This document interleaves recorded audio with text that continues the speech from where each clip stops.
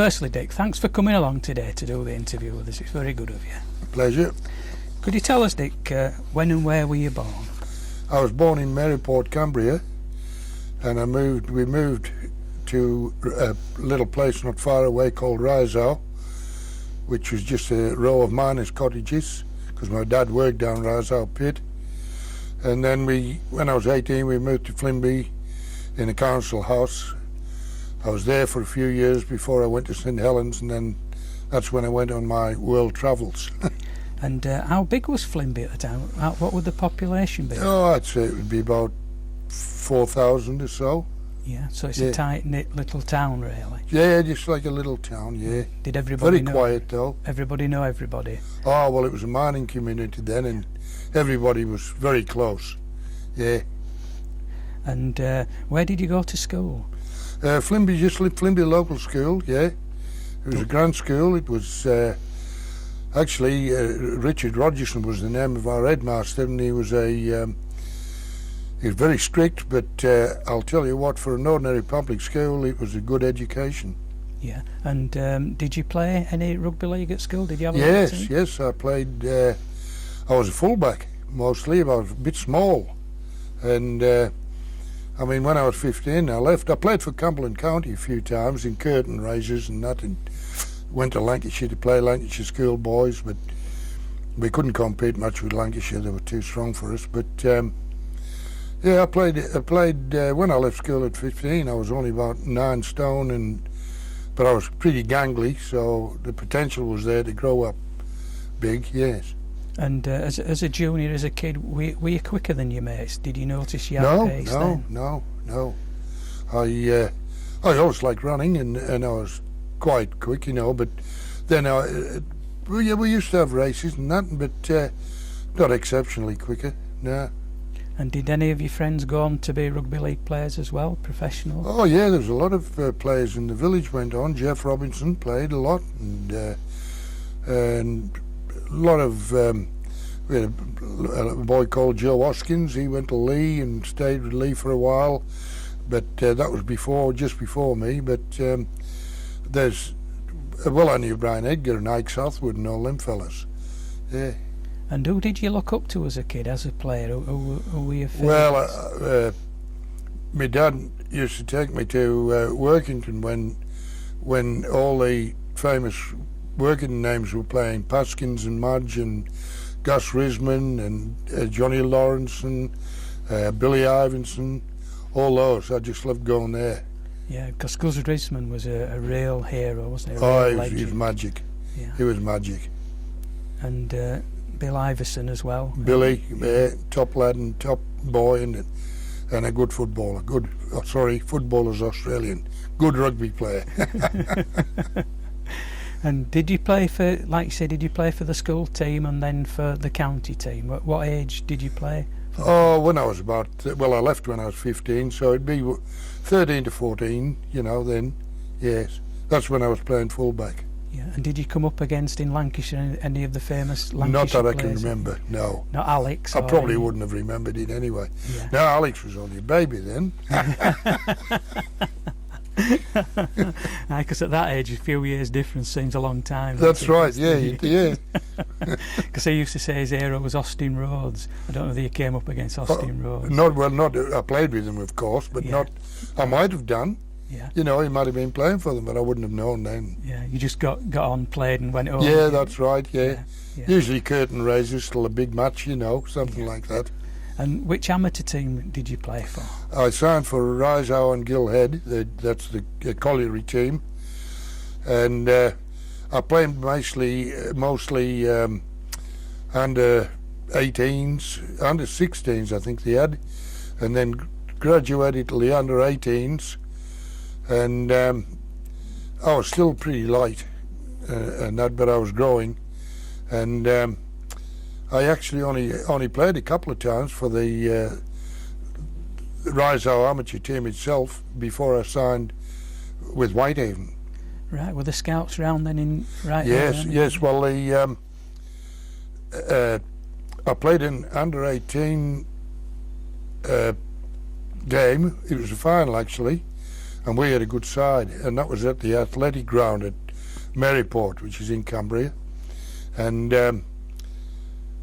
I suddenly found my feet that day. I don't know why. It was like somebody had pressed the button. It was strange, because I decided I'll have a run. I just got the ball and said, bugger this, and I ran.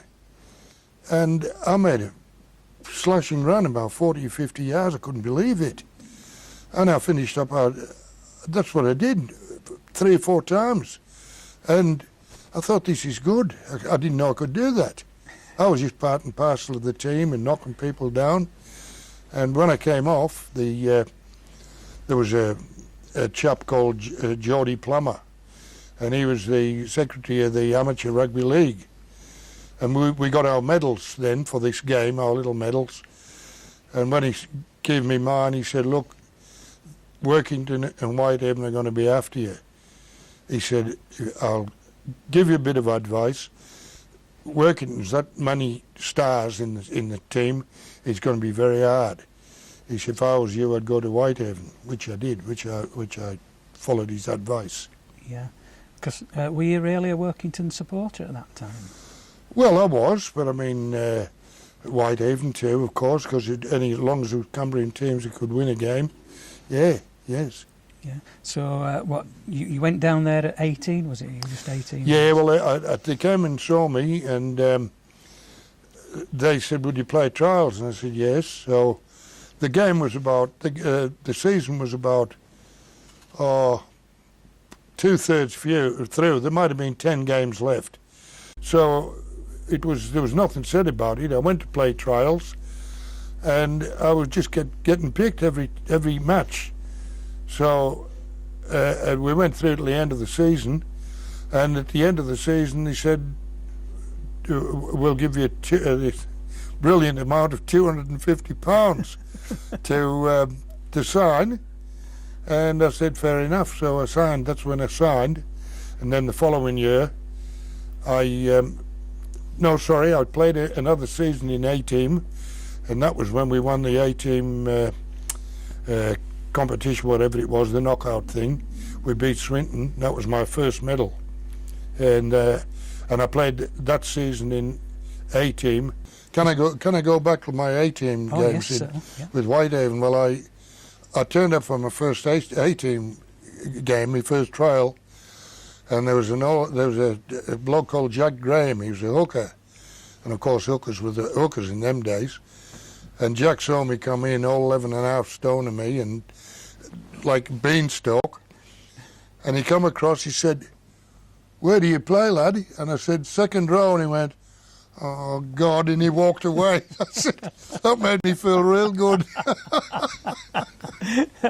He wanted some big lads behind him then, did he? No, well, they all wanted strong, bit of strength from the second row. But I gave him my best, and he never said nothing, so it must have been good enough. Yeah. Saying nothing's a compliment, isn't it? From that's right. Yeah. Yeah. So obviously you progressed, and then you came into the first team. Yeah, well, and then you went on a famous cup run in Cumbria. Yeah, because I think you beat St Helens in the first round. We did. Yeah, that's right. Yeah. What can you tell us about? And St Helens had just won the cup the previous season, and they turned up with the Lord Mayor in the roller, and he was there, and everybody was there, and I think they had the idea that here we go again, you know. Yeah. Yeah. But our lads, who I say, were just all coal miners, and I don't mean this in a bad way. What they didn't quite have in ability to St Helens, they gained in heart. They're all hard, strong men and wouldn't give an inch. Yeah. Did you kind of think that they'd come as flash Addies to walk away? Well, yeah, that's what we thought. You know, look at this, big bus coming, the roller behind it. Best way to motivate you in a small village. Well, that's right. Yeah. And then in the second round, you beat Hunslits. Was it 7-0? Because they were a good That's team right. in those Dreadful days. weather that day. It was real heavy, and that what do they call? Oh, jeez, the shore that used to play in the second row for Hunslet. Forget, he was a good lad. He might have played for Great Britain. I don't know, but because they had the mighty him and another bloke fell down and were writhing about trying to get the game put off, as though they took a fit, but the referee didn't take any notice. Well, the weather would be a leveller as well, wouldn't it? You know. Well, it was, yeah, of course. So you put Saints and Hunslet out, and then you came to the third round, which was a 2-0 win over Widnes. That must have been a tough game. That was a very hard game, yeah. They're all slogging games, but people used to enjoy them as much as they enjoy the running stuff that goes on now. And a small score, it made for a thrilling finish, because the other team could beat them at any time, right up to the whistle. Yeah. So I reckon it was the best times, them low-scored games. Yeah, so what did you feel like then to know that you were in the 1957 Challenge Cup semi-final? Semi-final, terrific. Especially when I was only just a boy, just come into the game. Yeah. Do you think at that time, with being so young, you appreciated what a marvellous thing it was? Of course I did. Because you were meeting the mighty Leeds as well. Yeah, that's right. They had a big side then. What do you remember about the Otsel final? Cause well, we all just went on just to give it a go again, as usual, and it was a very hard-fought game. And there again, I think Leeds might have had it over us in the class department, but the Whitehaven lad all had big hearts, and we put it in, and it looked like we were winners with just a couple of minutes to go.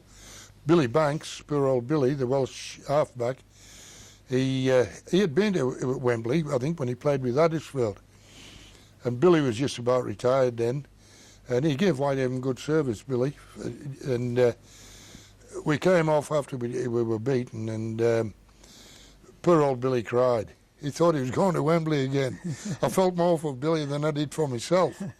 And how did it feel to go to Otsel and play in front of nearly 50,000 people? Was that the biggest? Well, that's right. That was the biggest crowd I'd ever experienced by thousands. What did it feel like to walk down that famous slope? And Yeah, we should have all been roped together. It's a long way to walk as well at the end. Oh, isn't it ever? Yeah. You're warmed up by the time you get down anyway. Because I know on the walk up, they used to get some right abuse, especially at Yeah, referees. well, that's right. You had to go right through the crowd. 10-9 was the result, which was, it must have been awful, the drive home, being so close. Well, that's right, after being so close. Yeah. But mind you, it would have been, I don't mean this nastily, but it would have been a Barrow Whitehaven final, and there would have been about 36,000 there. It would have been a real competition, that, wouldn't it? Oh, yeah, well, we had a chance against Barrow, I reckon, if we got through. Yeah, because you were all good teams at that time, working. Yeah, of course, yeah. And so you must have been playing well at that time, because you were picked in '58 for the tour side. Yeah. Because you were still playing for Whitehaven. You became the first and only, was it, Whitehaven player to be picked for the Lions? Excuse me, lads, could I hop back to my first game in first grade? Yeah. Well, it was at Warrington. Right. And, of course, I was nervous about being in first grade. And Warrington had just signed a British Lions captain, a Welshman. He was a big signing, something like £5,000 in them days was a lot of money. Huge. Yeah. And Robin, but he was the Lions captain. And so all the scribes were there. Normally with Whitehaven playing, there'd been nobody there. Yeah. But they were all there, Eddie Waring and the lot. And we went on, and of course, me being rugby league born and bred, I knew how to keep my head low when the stiff arms come singing in.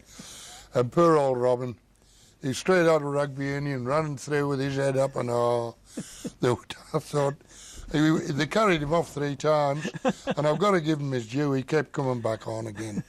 And he's me a kid, and I was sorry for him, and I was only a boy just starting. But he wasn't bred for that sort of stuff. He hadn't learned to duck. Yeah. Nah, and unfortunately he didn't last a long time in the game.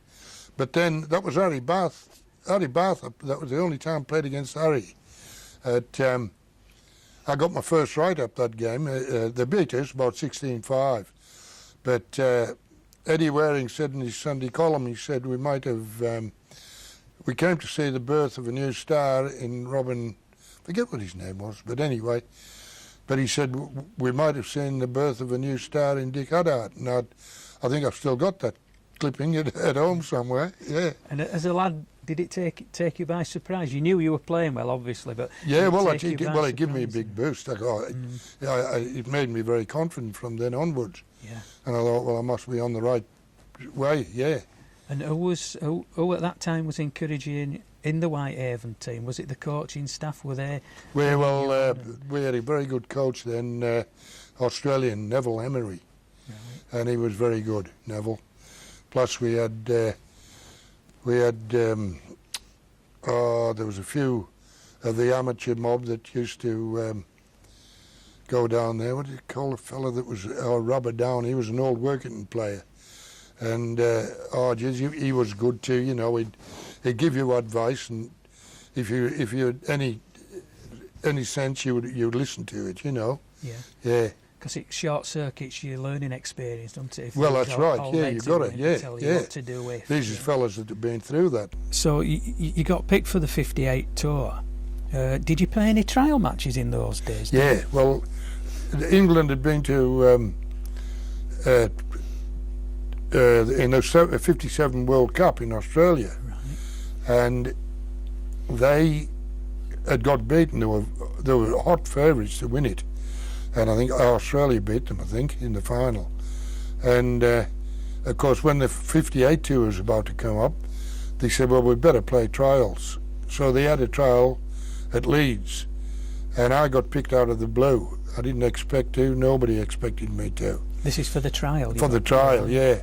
And we were the possibles, and we played the probables, which was full of all the stars, Lewis Jones and Stevenson, and was that the team really that had been Phil to Jackson? the Well, 57? more or less the team that had Yeah. been on the, and they must have picked. They picked in our side. When you read it now, it's ridiculous. We had some good players. There was Eric Ashton, Dave Bolton, and Alex. Who else? Oh, Brian McTeague. All these fellas were in the possibles, and we beat them about 34-2. And they must have said, well, this can't be right. There's something wrong here, because they scheduled another game at Swinton about a week later, and same thing, and we beat them about 24-0. So they must have said, well, this must be it. So that's when it was practically a new side, when we went to on the '58 tour. But looking back at that then, with hindsight, now the names you just mentioned, that was the new coming generation, yeah, wasn't that's it, right. Of class players. Yeah.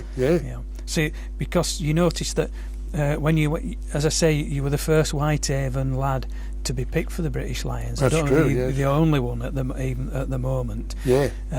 But then you go out there and you notice that in the first match, so many of the lads there were making the Test debuts. That's right. 58, Yeah. the first game. But I mean, I was in that side, and this had all happened in more or less 12 months from being a young bloke just earning his place in the first team, till being on tour with blokes that you would be chasing their autographs not long before, and here I am playing with them at Wollongong.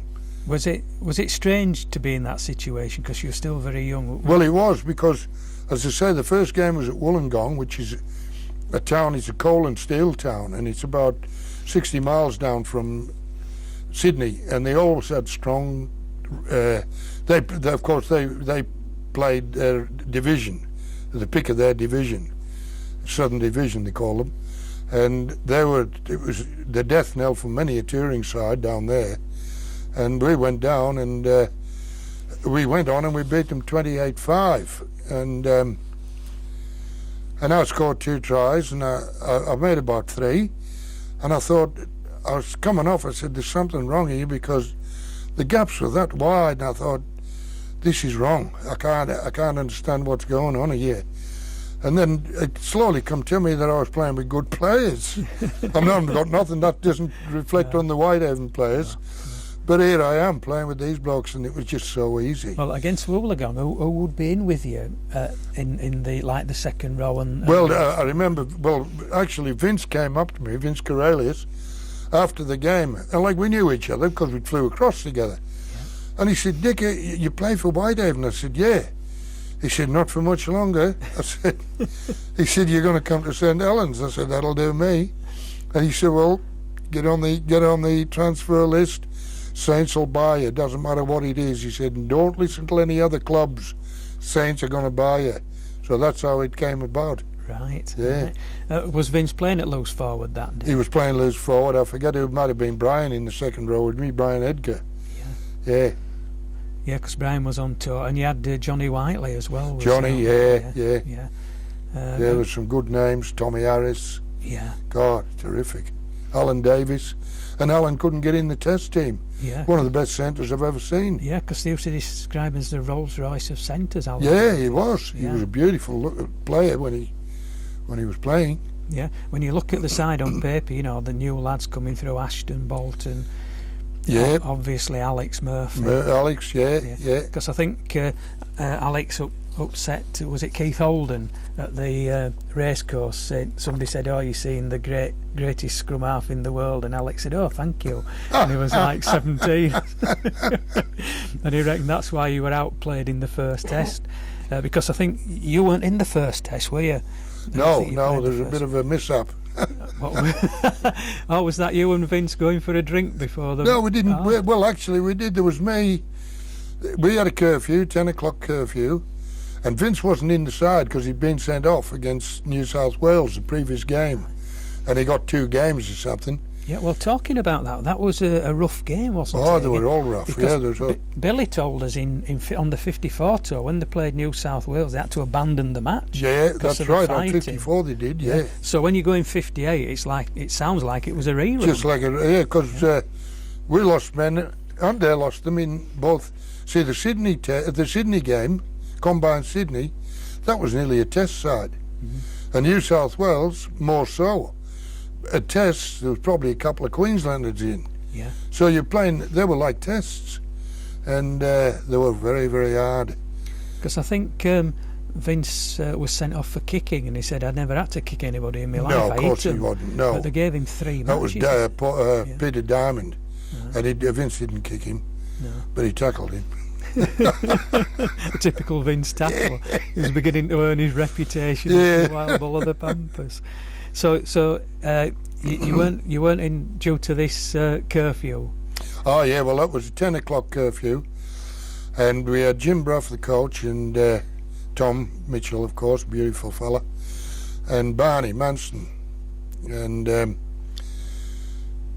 we had a 10 o'clock curfew, like I said, but we lived just below Oxford Street, so we're all in the hotel and we're watching TV, and about 9:15.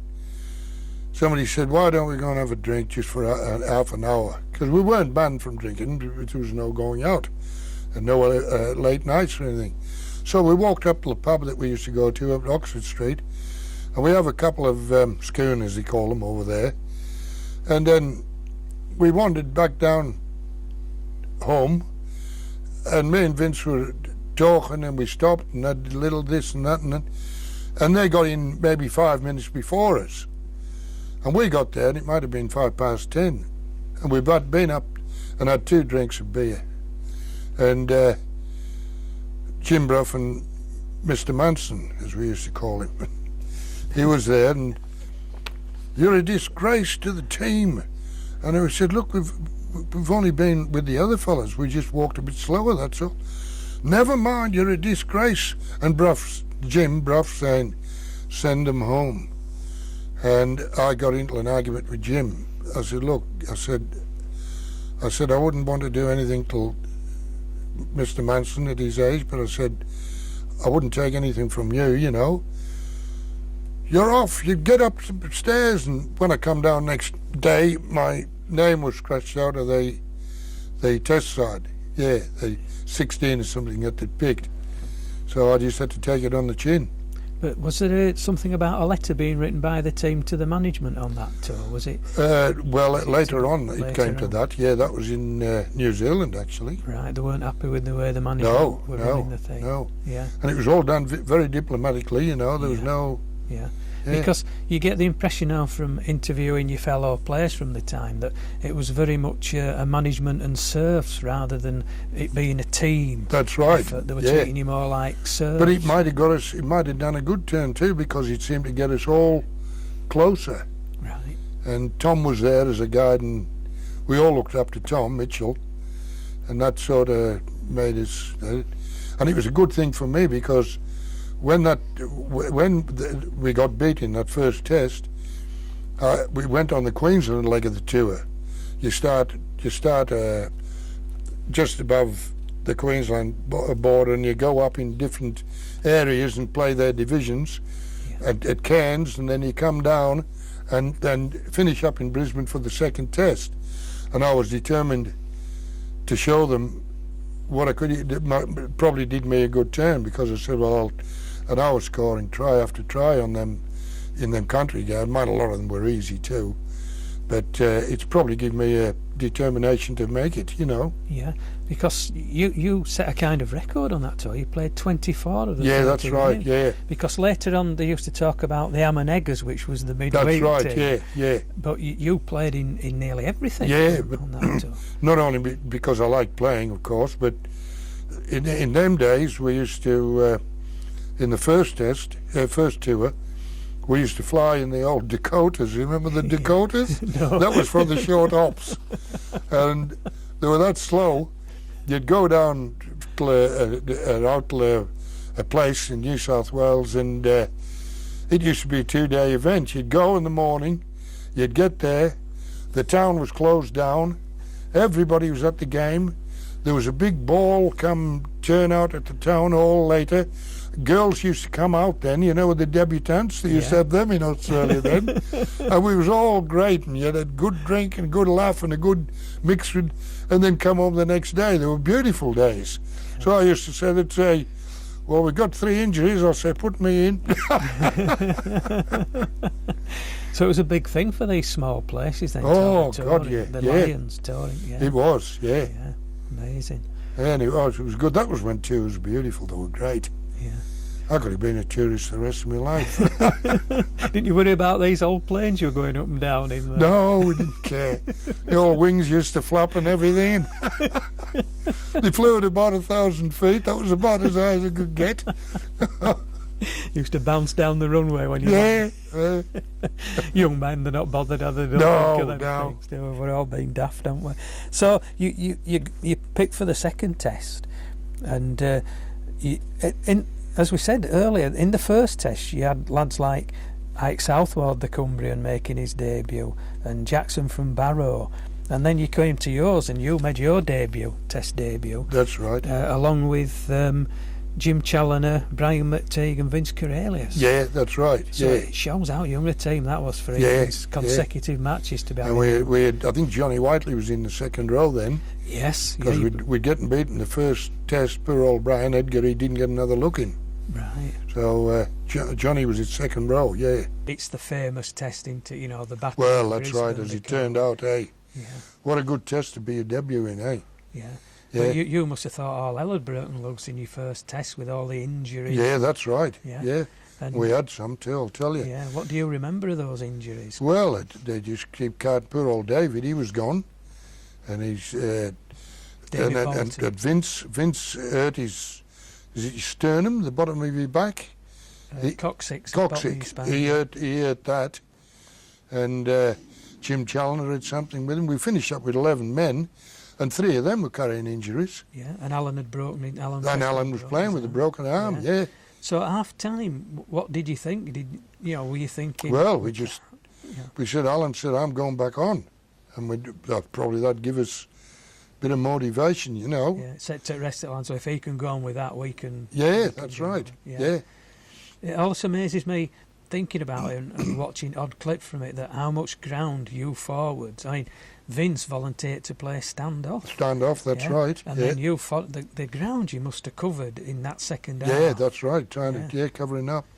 Oh. But Alan always said that he admired Brian Davis, the opposite prop. He said he knew my arm was broken. He said, and he didn't try and take advantage of it. So that was very sporting, I thought, because a lot of players would have took advantage of it. And no matter what we say about the Aussies, they actually applauded you off at the end, didn't they? They did, yes. That's marvellous, isn't it? Yeah. You want to kill each other when you're on the field. But good atmosphere. Yeah, yeah. You can't buy them experiences. No. Well, we'd have all given something to be there watching live, never mind playing. You know. That's right. It made you proud to be British then, didn't it? Well, that was another good thing about it, because them days, of course, emigration wasn't like it is now, and travel wasn't like it is now. You could go for and a it was tenner, was it? You just have a small English support there, and they'd really be vocal, you know, and that used to give you a little bit of a kick too. Yeah. Yeah. But like being in the trenches with your mates. Really, Yeah, that's right. Yeah. So that that's a famous win, and like some have said to us, why Alan Prescott didn't get some kind of award later for that. Well, that's true too. We'll never know. So brave. Yeah, that's right. Just to be willing to go on and get in the way would, but when you well, watch that's all the he was film, doing, you know. Yeah, he's handling ball with one arm. Yeah, that's right. Absolutely brilliant. But of course that probably knitted that generation of young players together as well. Yeah, that's You'd all right. played in that. You couldn't have asked for a tougher and a better result from a first ever test for young men. Yeah. Then you came to the third test, and you retained your place, of course, and the same back three. What was the build-up like to the third test with them? Well, we knew we could beat them, but we didn't let it go to our heads, so it was just, let's get on there again and get into it. Yeah. Vince used to be a motivator. They all used to get us going. Because in that second test we've just been talking about, it was a Monday public holiday over there, and we were training at the Gold Coast, and that's where the Nerang River comes past.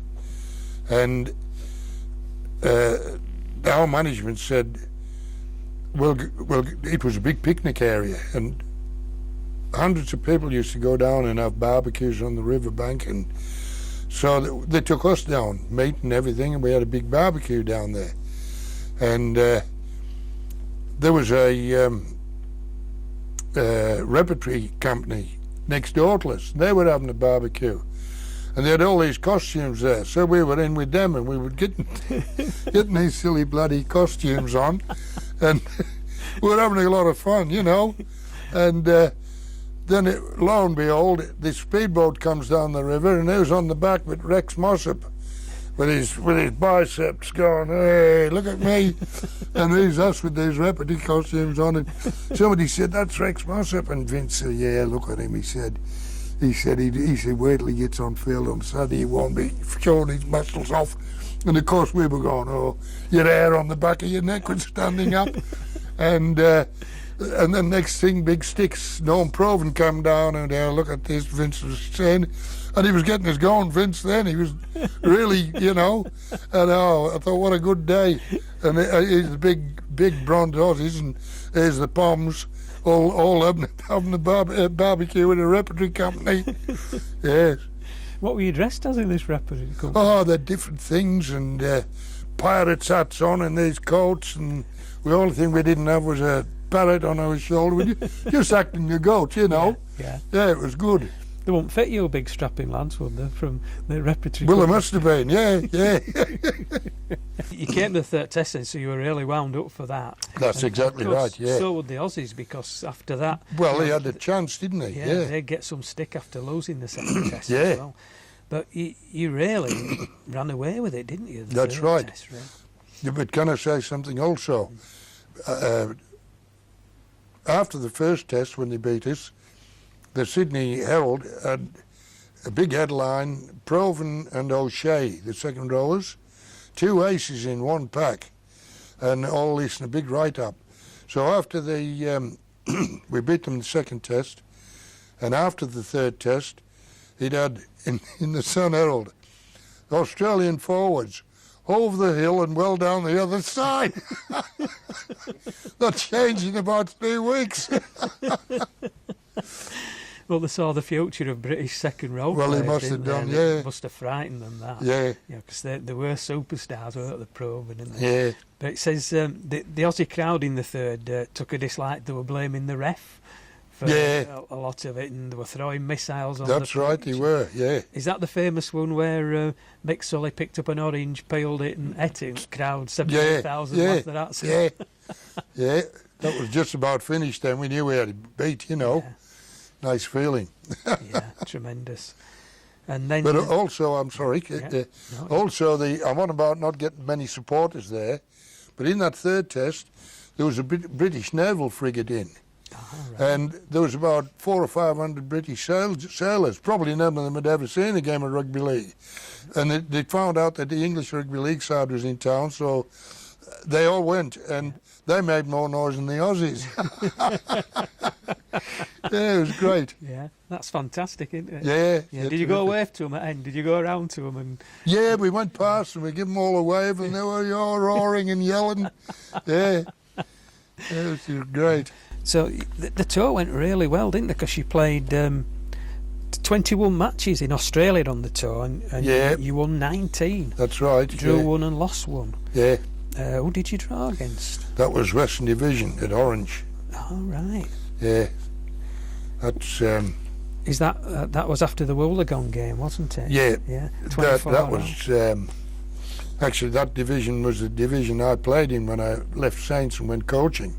Right. Western Division. Always been a strong division, mind you. Yeah. When you say Western, is that Western Australia? Yeah, or west of Sydney. Ah, right. Yeah. Yeah. All New South Wales, see? Yeah. It was then, wasn't it? Yeah. Yeah. New South Wales and Queensland. Yeah. Had they got a team in the top division then, Queensland? Were Brisbane up in the top division? Or Oh, not then. It came later, No, didn't it? no, A lot no, much later. Yeah. Yeah. Was it still a hotbed when you used to go to Brisbane? Did you get big crowds at Brisbane? Because now the massive Oh, the crowds rugby league was strong. Was it? Yeah. Queensland's real strong. Yeah.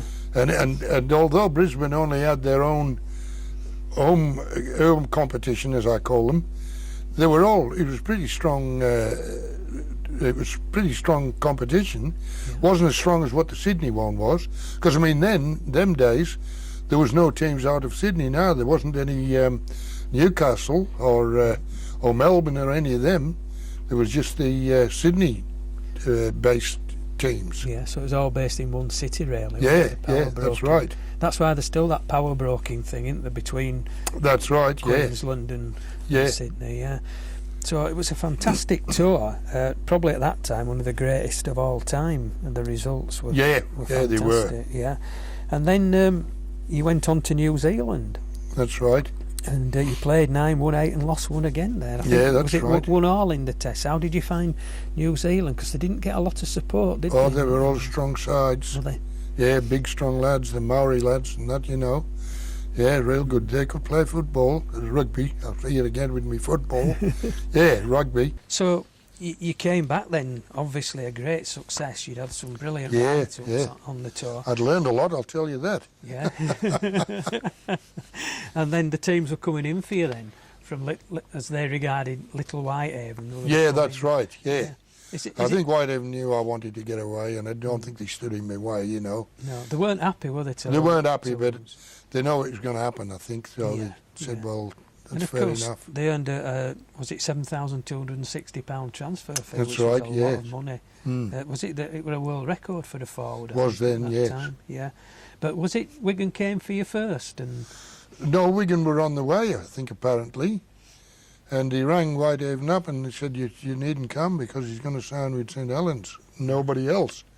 And they didn't even come. They said, oh, well, turned around yeah. and went home. yeah. Yeah, because you know there was the famous one with Tom van Vollenhoven that Wigan and Saints were trying to sign him exactly the same day, and he said, first one that arrives with a contract I'll sign. Yeah, They sent a telegram contract, and a mate of theirs in St Helens in South Africa sent a car with a contract. Yeah. It passed the guy on the bike delivering the telegram, you know. So that was a good lucky dip to win. It was, wasn't it? So then there's a you signed the contract with St Helens in a strange place, didn't you?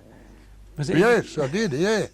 Yeah, well, Harry Cook, the chairman, and Basil Lowe, the secretary, they come up and we negotiated. They were negotiating in the Whitehaven directors used to meet in the Masons Club in Whitehaven, and they directed and they said, could we have a word with Dick? And Whitehaven said, certainly. So we went down, and Basil said, here we are, let's go in here, we'll be private. It was a bloody toilet. So here we were, three of us in the toilet, and they were asking me, like, you're willing to come down and live and do this? I said, of course I am, and all this. Just stuff like that. Yeah. Yeah, so that's where I actually agreed. Yeah. Signed the contract in a toilet. Yeah. In '59, you weren't picked for the Test tour, were you? Aussies came over. No, in Were '59, you injured? I got picked in the first, Was it the first, right? and they beat us, and there's a few of us got dropped after that. Right. Alex got dropped, I got dropped, and maybe I lost my place because I should have scored a try and I didn't. The ball was coming across quick, and I went, and we were trying to unload it, and I went, and there was a gap in front of me, and we were only about 5 yards from the line, and I could have gone through, and I didn't see it till I went like that, and I'd already passed it. I could have got through and scored a try, and it was obvious, so I don't know whether it must have helped in me getting dropped. So I just took it on the chin, like you got to do, Yeah, yeah, and said, well, I'm going to be back, you know. yeah. Because England won then, didn't they? They won 11-10 at Headingley. And Yeah, they put the 18-2. old battlers in again, the ones that were Yeah. a bit of biff and thump. Jack Wilkie and all them. All right.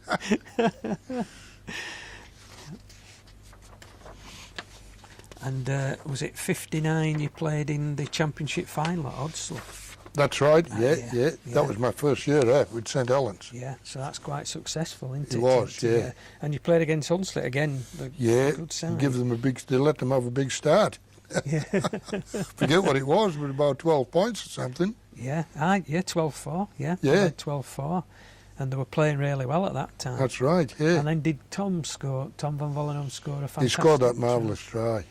Could Yeah. never, well, that one scored at Wembley was better, but yeah, I'll never forget that. He went down the wing and he beat about 4 or 5 blokes and had nowhere to come and ran backwards and went and beat them again. Beat them twice. Yeah, marvellous. But Yeah. only Tom could do that. Yeah. It's funny, isn't it, how they talk about the great tries. They always talk about those two, the one at Oddsall Yeah. and the one at Wembley. Yeah, And, you know, you won in the end, of course, 44-22. yeah, that's right. You got a try in that game.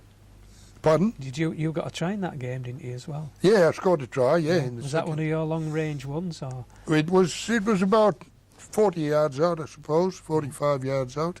Who put Yeah. you through? I think Vince. Vince. Right. And then I handed off somebody, and that made the gap, which he did a lot.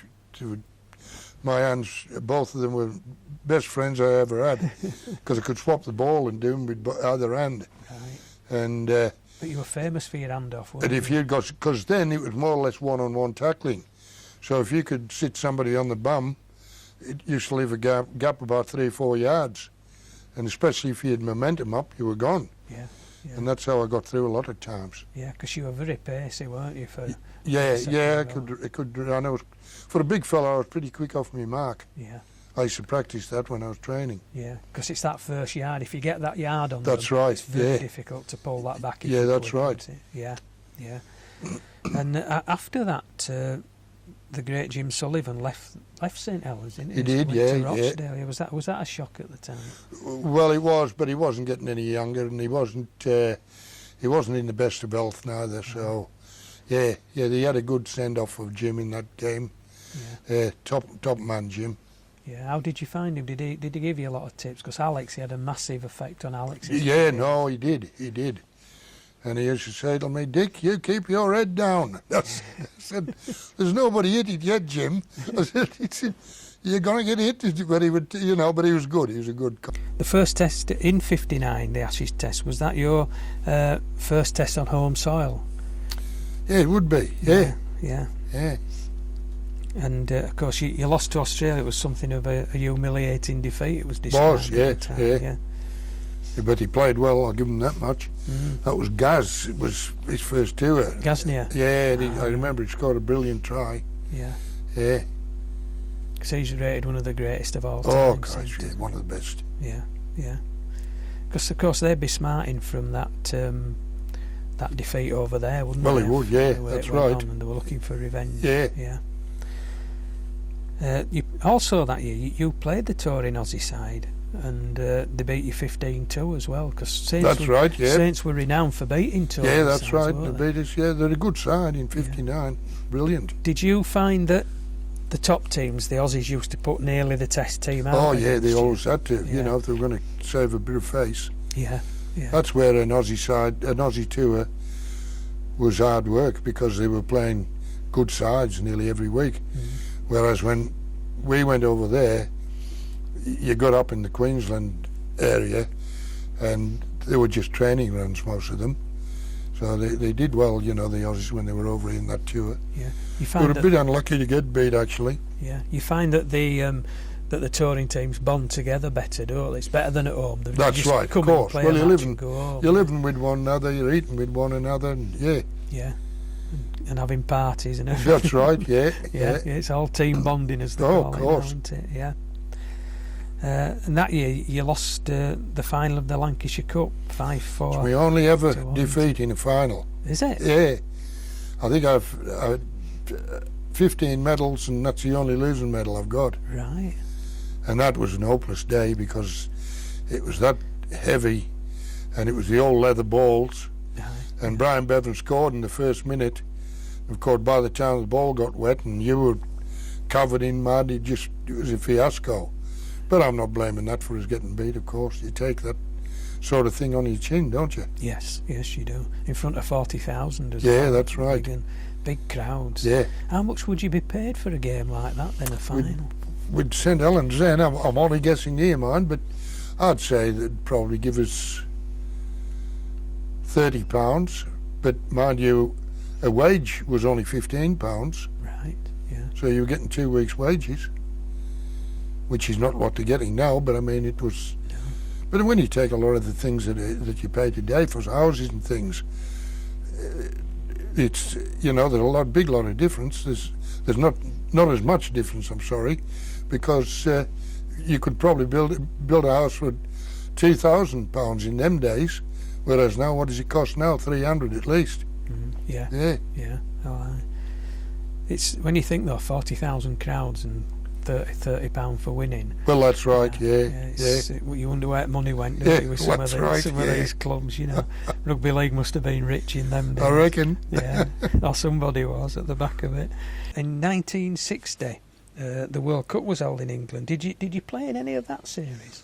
I didn't. They had trials once again, and it was at St Helens, and I didn't have a good game, I remember, but there was one particular incident where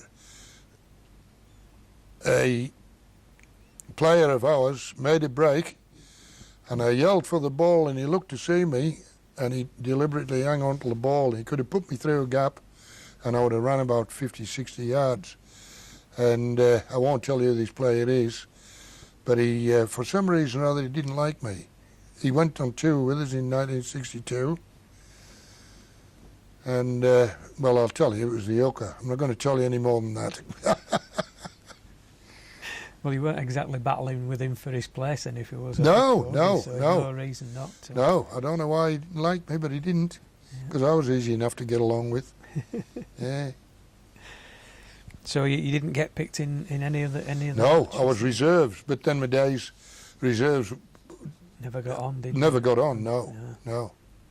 Were you just there till start of match? As soon as whistle went, that were it? That was You it. were No again, chance. Yeah. Just in case they got injured in warm up. That's or right. something. Yeah. Yeah. It's amazing. They didn't seem right loyal to people that had done it for them, did they? No, that's true. Within a year or 2 years, they just Yeah. casting you aside, even though you're still a young man and That's right. you're Yeah. about to reach Yeah. your prime. You know, it's Yeah. strange. That year in the Lancashire Cup final, you beat Swinton 15-9 at Wigan, and you'd beaten Widnes away, Wigan at home, and Leigh on the way. Yeah. So you were a good side, weren't you? We had a at top that side, time, yeah. When you look at the team. Yeah.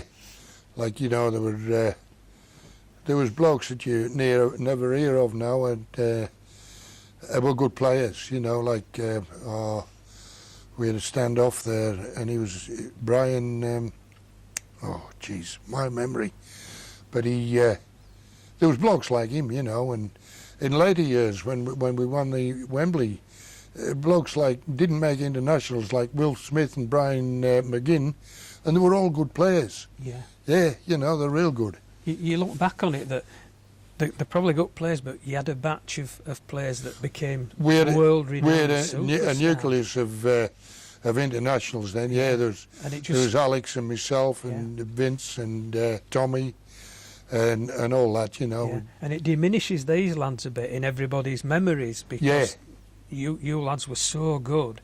But of course, you can't win it on your own. If you're 5 internationals, you're not going to win matches. That's on your right. own. Yeah, These lads contributed. You know, probably local lads as well. A lot of them. Yeah, that's right. At that time, because Saints were famous for the local lads. Yeah, as well, of course they were. Yeah. You finished in the top 4 and played Leeds at Headingley in the Championship semi. Yeah, can't remember that. Did we get beat? Yeah, 11-4. Yeah, at Leeds. Ah, right. Saints now. Vince Corellis was captain and Alan Prescott was coaching then. That's right. Yeah. What did you notice about that with Vince captaining then and Alan? Well, it's good because I mean Vince was a good captain and motivator, and Alan, I've got a lot of time for Alan. He's a beautiful man and knew what he was talking about. So you took notice of him. You know, it's good. Yeah. Was he as good a coach as he was a captain? Alan, did he? Yeah, he was good. Yeah, he was a good coach. Yeah, he got us going. Yeah. Because of course he was the coach when we won Wembley. Yeah. Well, you went on the cup run, of course, then, didn't you? Was it you beat Widnes at home? Oh no, so you drew with Widnes at home. Drew with Widnes, that's right. Yeah. Then you beat them away. 10-29, so you beat them. Then you beat Castleford. That's right. And then you beat Swinton. Yep. Then you came to the semi-final. That's right. Versus Hull FC. And they were going for their third final on the trot. That's right, yeah. So how did you find that semi? Was that a tough match? That was at Odsal again in front of 43,000. Yeah, that's right. Yeah, that was a very hard game, yeah, but I remember the score, I don't know what it was.